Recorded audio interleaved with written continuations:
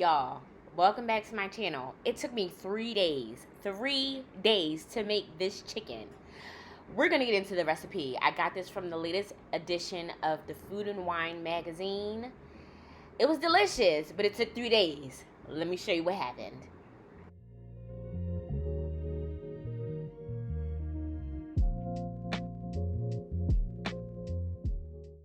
Okay, you guys, so we are on day 2 of this chicken process. So I've already allowed my chicken to brine for 24 hours in a salt, sugar, water mixture. Okay, let that soak for 24 hours. Now we're gonna put that chicken back into the refrigerator on a rack, right?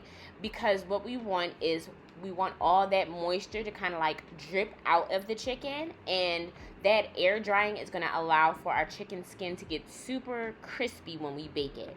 Okay, so now this is day 3. I don't know if you guys noticed, but my outfit has changed because it is a different day. And now we're going to start working on our sauce, our seasoning base for the chicken. So I am roasting garlic.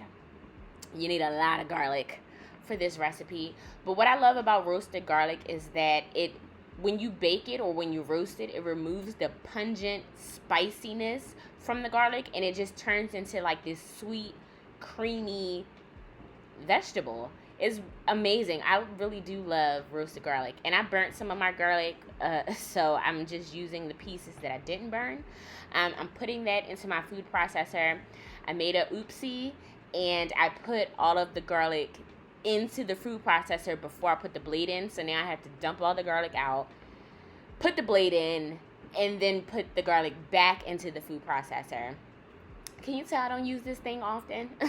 So I'm going to go ahead and pulse the roasted garlic. I'm going to add some olive oil just so that it makes a nice cohesive sauce. It shouldn't be thick like a paste. It should be very liquidy like a sauce. And then I'm going to add some dried thyme. I didn't have any fresh thyme. Fresh thyme would have been perfect, but I'm using what I got. So I use some dried thyme, and I'm also going to go in with some Dijon mustard. Again, this is not my recipe. This is a recipe that I got from the Food and Wine magazine, and the chicken just looks so delicious that I had to try it on my own. Okay, now that we got that out the way, I'm pulling my chicken out of the refrigerator after it's been chilling and drying out in my refrigerator for 24 hours.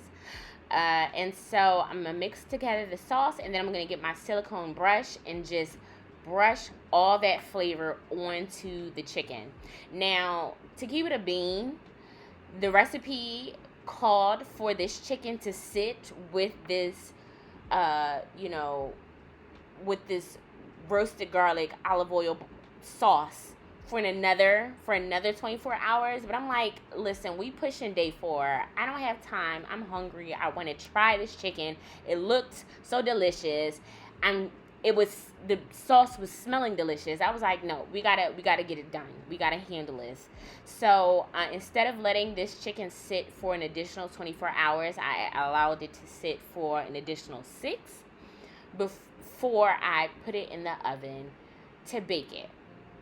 Because I don't know how restaurateurs do it. I don't know how chefs are patient enough to let things marinate for 4 days. Like, what? I'm hungry.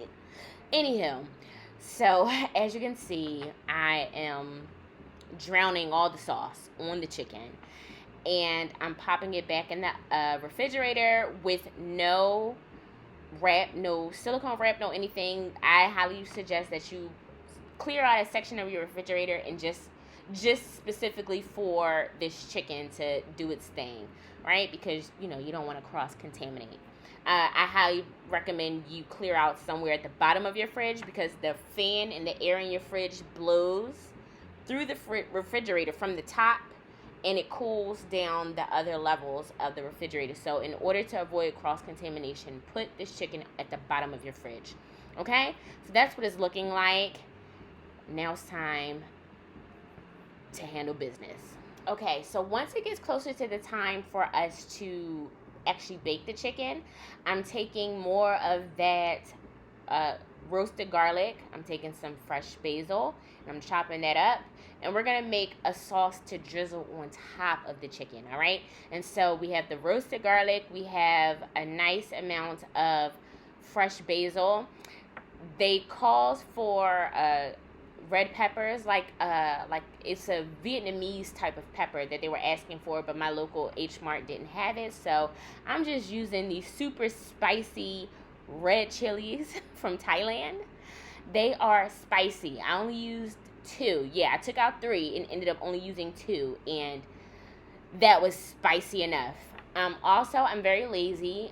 They called for some lemon zest, but I hate zesting lemon because my grater takes forever to produce the actual lemon zest. So what I did was I just peeled off a thin layer of the skin and chopped it up really finely, and that was my lemon zest that I added to the sauce, and it worked out perfectly. I promise you, it worked out just fine. So I diced it up, minced it up really finely. And then I'm going to go in with some parsley. Now, the recipe did ask for flat leaf parsley, but I already had this curly parsley in my fridge. So I figured, why not just use that? It tastes the same to me. So I minced that up really finely as well, and I add that into the bowl. We're going to use a little bit of red wine vinegar.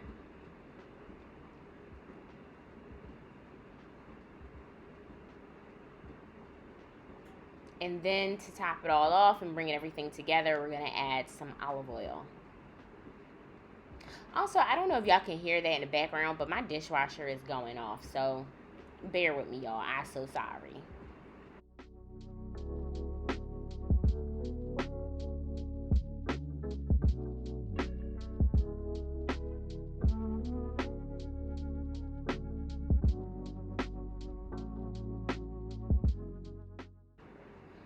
Okay, so finally the time has come to bake the chicken. So I've been baking the chicken on like 425, 450 degrees for about an hour.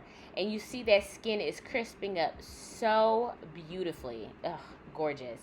So when it's finished, I pull it out the oven. It is tender, it is juicy, it is delicious. And then I'm just going to take that parsley, olive oil, lemon zest, pepper mixture and drizzle it all on top of the chicken.